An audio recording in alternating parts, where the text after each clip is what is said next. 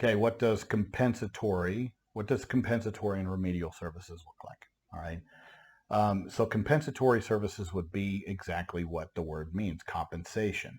Now you sit there and you go, "Ooh, compensation." Don't get excited. It doesn't mean money, guys. There are no money damages in special education. You can't go down there and get Alex Shinara, you know, call me Alabama and have him, sue the school for money. That just isn't how this works. Um, there are no money damages available in special education. Under 504, under, citing Section 1983, uh, there's very, very narrow abilities to be able to pursue a school district for monetary damages. I'm just saying that because they do I don't want somebody to come back and go, "Oh, but James, well, under IDEA, no. Under 504 and under 1983, depending on how you make that argument, it could be. But it's a very, very rare thing, highly discouraged by the federal courts. And then you have to overcome that immunity, and especially codified immunity, the evil codified immunity that most of the states have given to the education systems. It's worse than inferred immunity. Um, Alabama used to have inferred immunity, but they have codified that immunity now, and ridiculous. Okay, so what is compensatory? So it is compensatory, meaning compensation, meaning that you need to pay the child back in the services not given or lost. All right, that's what that means. You can also use the term remedial services, meaning that you're trying to remediate something, meaning lost skills. So let's say because of this distant learning process or experience, your child has lost skills. Well, remedial services would help put them back in a place they were prior to the shutdown. In a way, compensatory services. But compensatory also sort of denotes that the school screwed up. And that's where in the beginning of this COVID thing, we really didn't know an answer to that. Why is that? Well, because this was the schools didn't screw up. It's not like they went out and invented COVID. Okay, they didn't.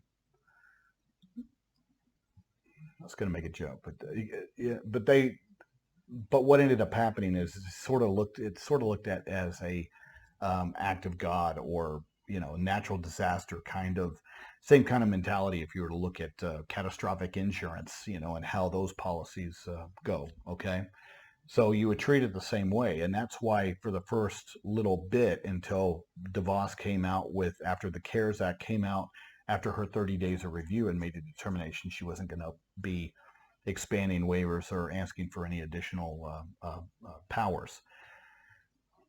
So what that does is it takes us back and solidifies that the IDEA is what we need to follow. We didn't really know that. Now, are there going to be some slight adjustments? Yes, of course, distant learning. And then the standard is more of a good faith effort. Still, the right to a free and appropriate public education. But under the legal, is sort of a different way you look at it. Not much, but a different way you look at it. And there's also got to be a reasonableness standard, guys. I mean, you got to be sort of reasonable per the conditions that we find ourselves in. And that's why I'm saying I'm not taking a hard stance on how I interpret why, DeVos didn't ask for anything. Well, I'm also reasonable, and so are the judges, and they apply a reasonable standard that, hey, we're under this distant learning, that all of these things, there's some limitations there. So there's also, you got to infuse that reasonableness standard as well. And that's sort of what goes in or feeds into that notion of good faith effort. Okay.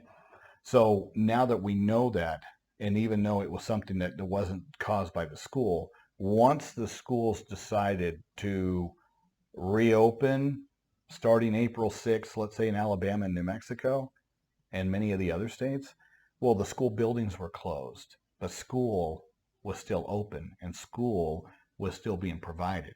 At that point, the state emergency that your state was under, where the schools were closed the weeks prior to that, that's out of the way. Now schools are reopened, but in a different format. You see, now all of a sudden, any decisions made here, they can't really back it up and go, well, act of God and COVID and all this other stuff. Yeah, but we're using distant learning right now. And then DeVos has come out and on top of that and said, hey, guys, the child's still entitled to a FAPE, and we're not going to be expanding out, any kind of waivers. So, you got to do what you got to do, what you got to do, what you got to do. Okay. And if you need me to write that down and send it to you guys, I'll be happy to do it. And if you need me to re-say it, it's what you got to do, what you got to do, what you got to do. Okay. You just got to do it. So yes, it's going to take a little bit of thinking. It's going to take a little bit of ingenuity. It's going to take a little bit of out of the box thinking. Okay. And there are those kids, quite frankly, that just are not going to do well under distant learning. And I think a lot of the schools understand that. And with those parents, I think the schools need to be proactive and say, hey, look, we know we owe you services. We know we're going to need to discuss with you remedial services.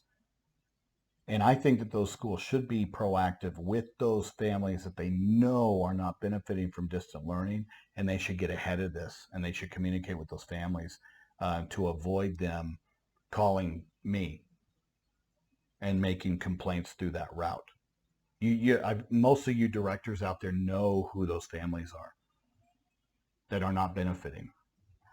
Get ahead of this. Be proactive. Say that you will negotiate remedial services with them. Okay, so what are remedial services? Well, remedial services could be, let's say your child has special education, or let's say, you can do it in a myriad of ways. You can either increase, let's say your child missed speech language therapy, and your child was slated to get speech language twice a week for 30 minutes. And during distant learning, your child wasn't receiving any of that and just got worksheets, or let's say nothing at all, and no communication from your SLP. Well, you would be entitled to those services back. Now, is it an hour for hour, a minute for minute exchange? No, it's not. It's a negotiated process. It's not meant to give you back exactly what was lost. Like I said, it's there to provide corrective action and put your child back in a position that they would have been. But it's not a minute for minute exchange. It's just not how our hearing officers and our judges do it. It's an equitable thing, but it's not going to be minute for minute. We just don't have that kind of time in a child's life. So this is how we're already structuring those things.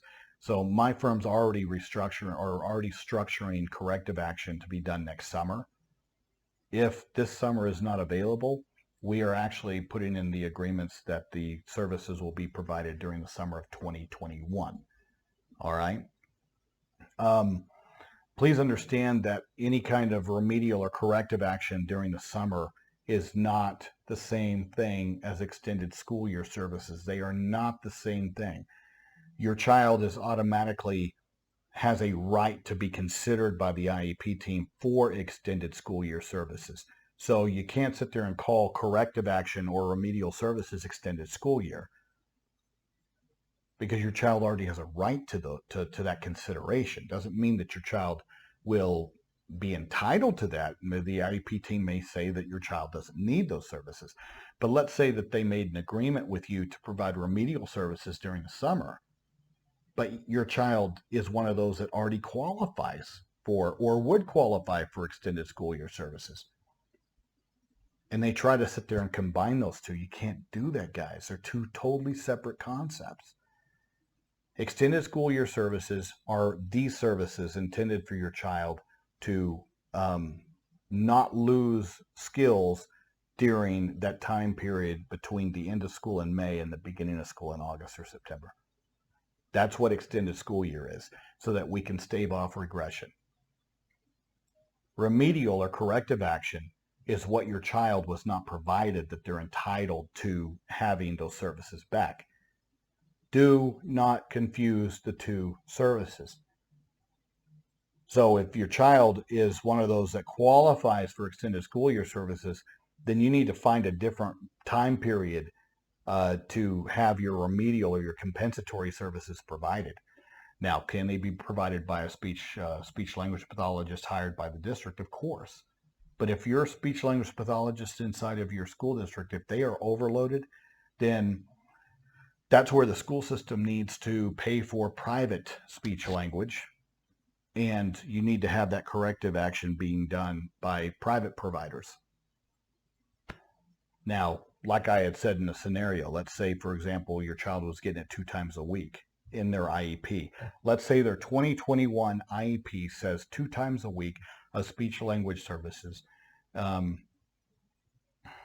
Let's say direct one-to-one.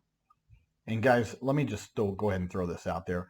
Pay freaking attention to how these statements are written on how the service is provided, because it's an irritation to me as an attorney when I look at your child's IEP and it says that they're going to provide speech language, and this is the same for OT, and this is the same thing for special education. So I'm not picking on pathologists, okay? But when they have the statements written in there that your child is going to receive speech language twice a week for 30 minutes, either one-to-one or a small group, which is it, guys? Is it one-to-one or is it a small group? Be smarter than that. Don't be lazy. If there's a benefit, because I do believe that with some of my clients, there's a benefit to having a session being direct, so that the speech language pathologist can work on skills with the child, and then the small group there for generalization exercises. That makes sense. But don't put the or in there. Separate it. One session will be direct, one session will be small group. Very simple. It avoids potential conflict, because if the child isn't making progress and then the parents going, oh, my child gets one-to-one speech, and then find out that not one of those sessions, even though it said or, it was always going to be small group. Why? Because the schools tend to overload our speech language pathologists. We have far more need in that area than we do speech language pathologists. That's just the reality of life, which we're finding out during this shutdown, guys. Why do you think that they can't sit there and provide your child sessions over Zoom or Google Hangout or whatever else? Because there is way more need that they've committed our speech language pathologists for than what they're capable of providing over a video format. This is where the chickens have come home to roost.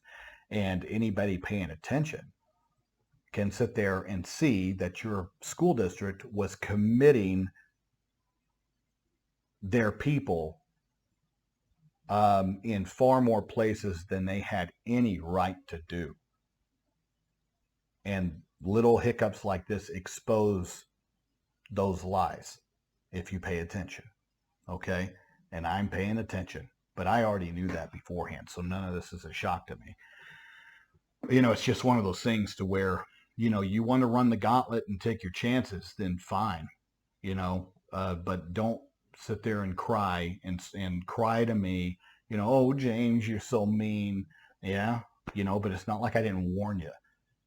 There's been some of these directors out there, some of which are on this page. I've warned them for years because I'm nice like that. And they just don't listen to me. Okay, fine, whatever. But I'm not going to apologize or feel bad when I ring your bell. You know better, okay? And if it is your superintendent and your board of education, well, shame on them. Then the only way that you're going to get additional resources is when the bad, mad, mean James Galini makes you do it in the form of a settlement agreement. So that's how that compensatory works, guys, is that you got, there I go, tangential again, two times a week, the speech language, 2 times a week. So where you can insert more time, because is you could negotiate with your district that the speech language pathologist is going to do 2 extra sessions for, let's say, 9 weeks, or let's say a semester. So instead of getting 2 sessions, your child's going to be getting 4 sessions a week, 2 of which are remedial negotiated services or compensatory services that you've negotiated with your district. And let's say it's 8 sessions or 4 sessions. They need to keep those sessions separate as to not confuse what your child requires in their current IEP, because what they currently require in their IEP is what they require for a FAPE. That needs to be separated from the corrective action or the compensatory that you've negotiated with your school system to make your child whole for what they didn't provide during this shutdown period. Okay? So this is your IEP teams determined that they needed 2 times a week in speech language. That's an example. And then you've negotiated that for, let's say, 9 weeks, that your child gets 2 additional sessions. And then that would make 4 times, 2 of which are included in the IEP and 2 of which were remedial services. That's how we structure that. Some of it is private. If it's social emotional that your child is missing, ABA therapy, those kind of things, guys, that is just a negotiated point. That your child required those things, your child did not get those things.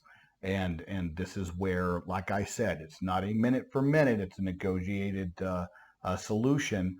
If your child, let's say, requires intensive reading intervention and they weren't able to get it through the distant learning, then there's plenty of tutoring facilities out there. You also have teachers that like to make extra money because they're not paid enough.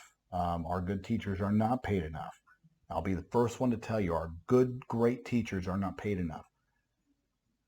This is where they can pay our teachers extra to be tutors after school, to provide that remedial or that compensatory service that your child did not get because your child wasn't getting the right distant learning, or your child just did not benefit from the distant learning.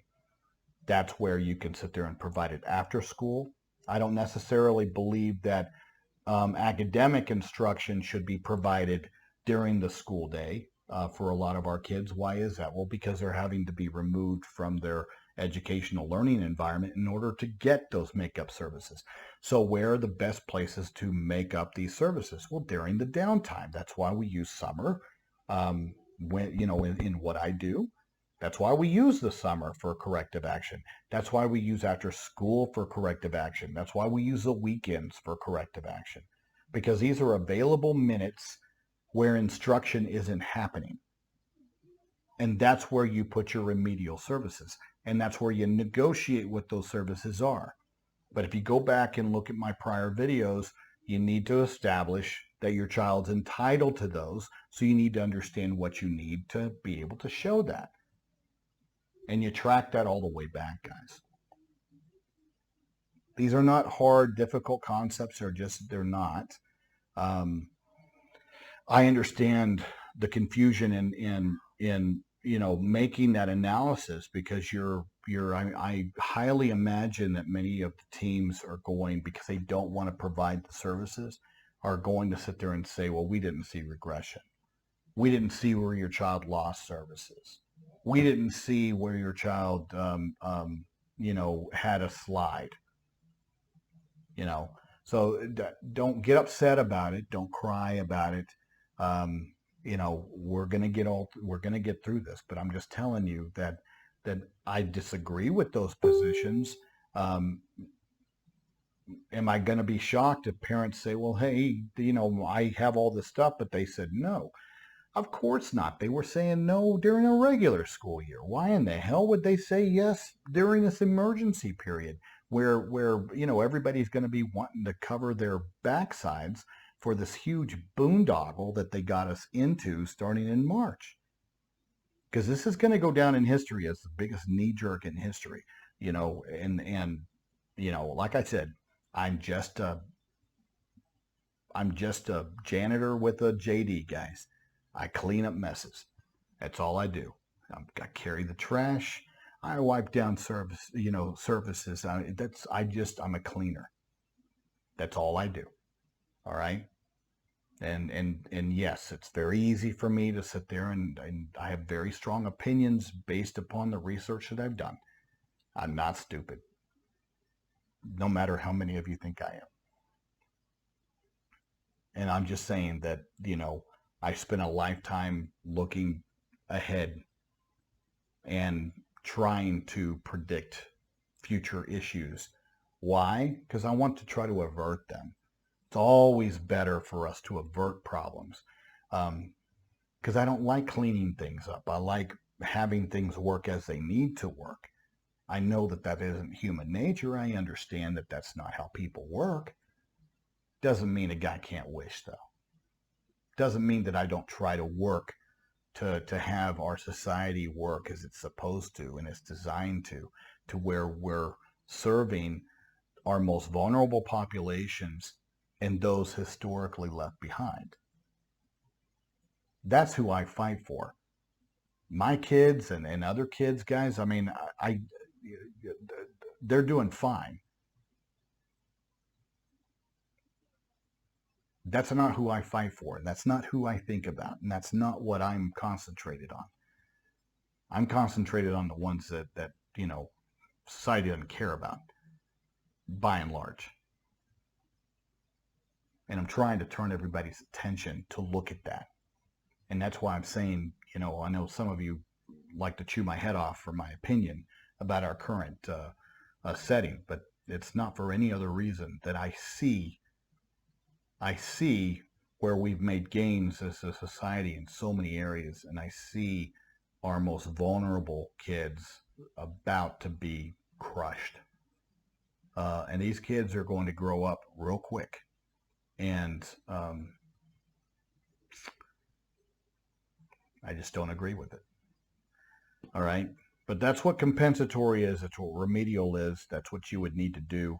And like I said, this page is going to be around. We're going to continue to train in this capacity.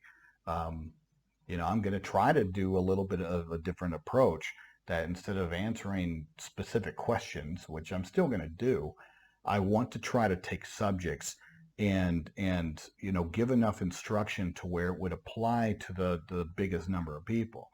Because some of when I answer questions, it's applicable to the parent I'm answering the question for, and then parents can sort of look at that and extrapolate that information as it applies to them. But little videos like that, to where it's a multiple part series, I'm hoping that it's a bigger benefit to a bigger number of parents. Okay.